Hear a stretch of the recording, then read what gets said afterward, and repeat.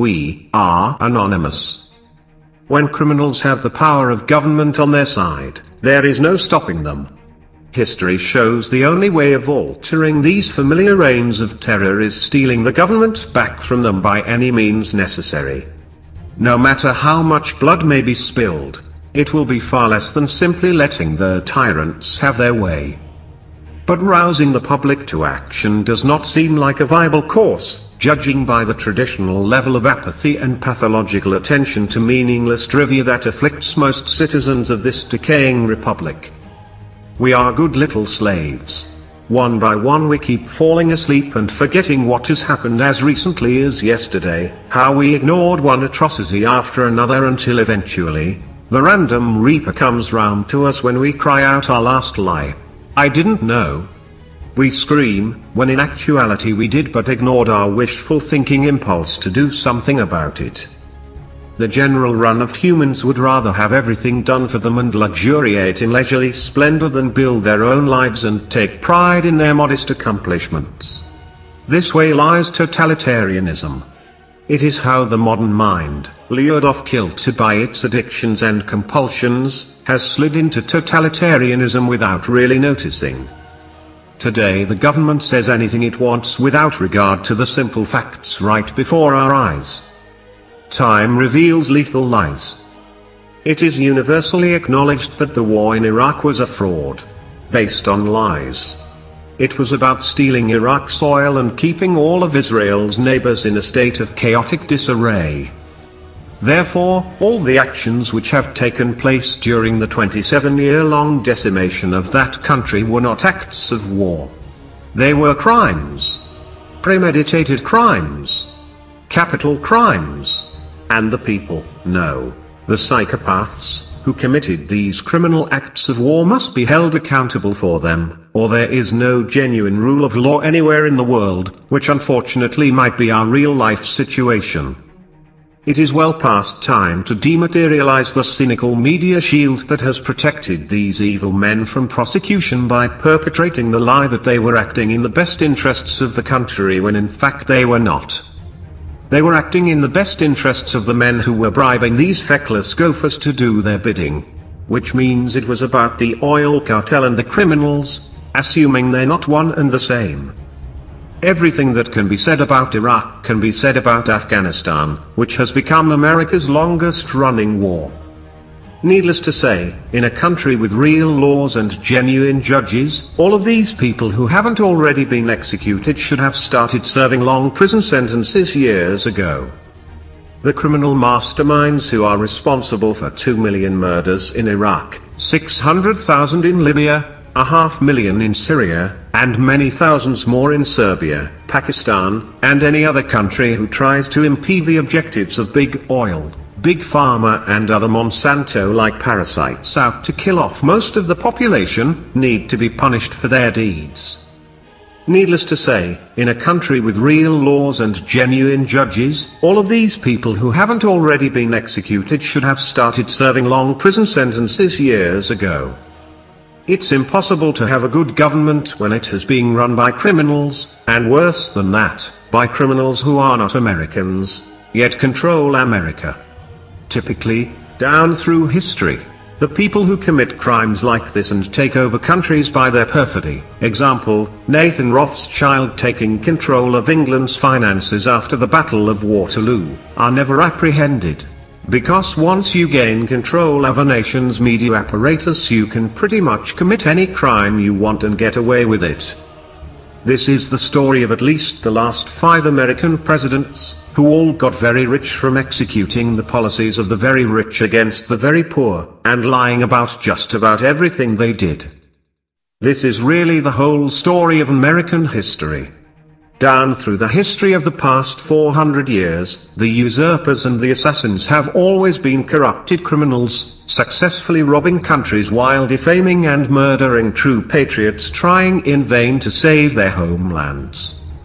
When corrupted criminals get control of a society they kill off the opposition, save for those they can utilize as slaves. The number one object lesson is perhaps the old Soviet Union. a hellhole death trap in which Alek Solzhenitsyn an estimated 66 million non-Jews were murdered in the USSR between 1917 and 1953. Murdered by corrupted criminals. I always wondered about why America backed the Soviet Union instead of Germany in World War II, but that was before I learned that the United States is totally controlled by corrupted criminals, on all levels. This is something Hitler never learned, apparently.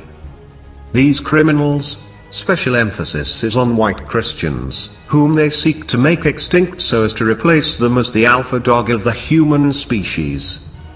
The war against Syria has cost the lives of at least 300,000 Syrians. It was planned by the United States and its NATO partners and financed by the Gulf monarchies. If we're supposed to be the #1 enlightened beings on the planet, why are we going around robbing and killing each other, which incidentally is the main plank of the Jewish philosophy, along with betrayal, causing diseases, penal mutilations, and beheadings? How much of America's criminal behavior throughout the world, creating one's own enemies to kill one's own people is the worst crimes of all, is due to criminals' influence, and how much derives from the basically savage nature of our country's original inhabitants. But humanitarian acts will not happen with this government because each member of it is motivated by profit, which necessitates the lies they constantly tell.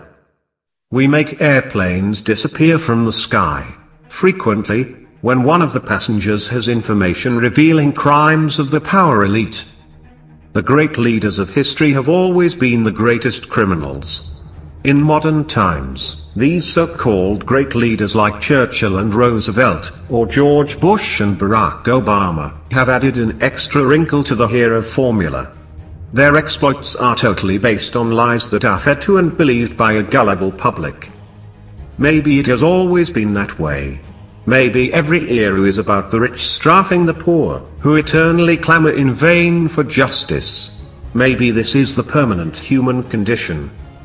The closest we can get to the truth is faith. Often this attempt may be misplaced. Then the thing we worship is exactly what destroys us. Yet without the truth of faith, we are consigned to a hopeless oblivion. Happiness and contentment do not lie that way. It might be too much to ask to demand humans try to treat members of their own species like they would members of their own family.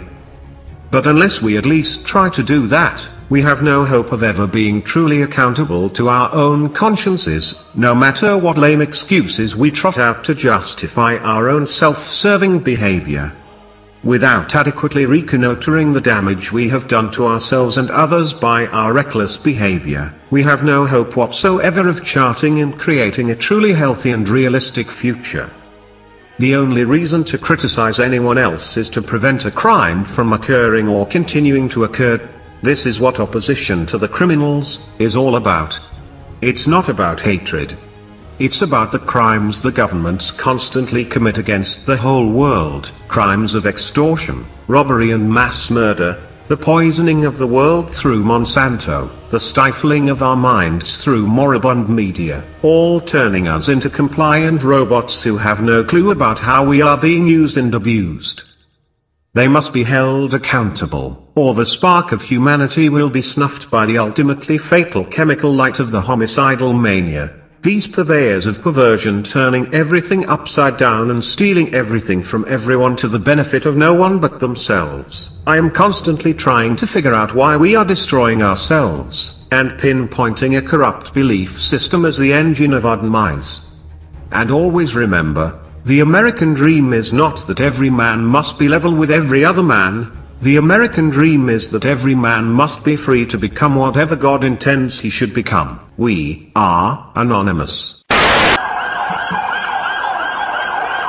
A gun and suicide bomb attack on Istanbul's Ataturk International Airport has killed 36 people and injured more than 140. Shortly before the blast, 3 gunmen with AK-47 rifles exchanged gunfire with security guards outside the airport's international terminal. Let me start by once again commenting on the horrific terrorist attack that took place yesterday in Istanbul's main international airport, which is one of the busiest airports in the world. The prayers of the American people are with the people of Turkey, the people of Istanbul, and all those who were affected by this terrible crime. Over 120 people. 2 bombs went off Sunday in the capital city of Baghdad. Against an orange sky, dazed shoppers and first responders sifted through twisted and charred wreckage. Well, the death toll from one of the deadliest explosions ever to hit the Iraqi capital Baghdad has now exceeded 200. The third mass terror attack carried out by the terror group in the last week. Faith-based movies are doing well. Yeah. They're very interesting. They're movies I want to sit around and have my kids watch. Sure. I made my son and daughter watch it. I didn't have to make them. They liked it. And yet Hollywood still goes to the gratuitous violence, sex, and everything else.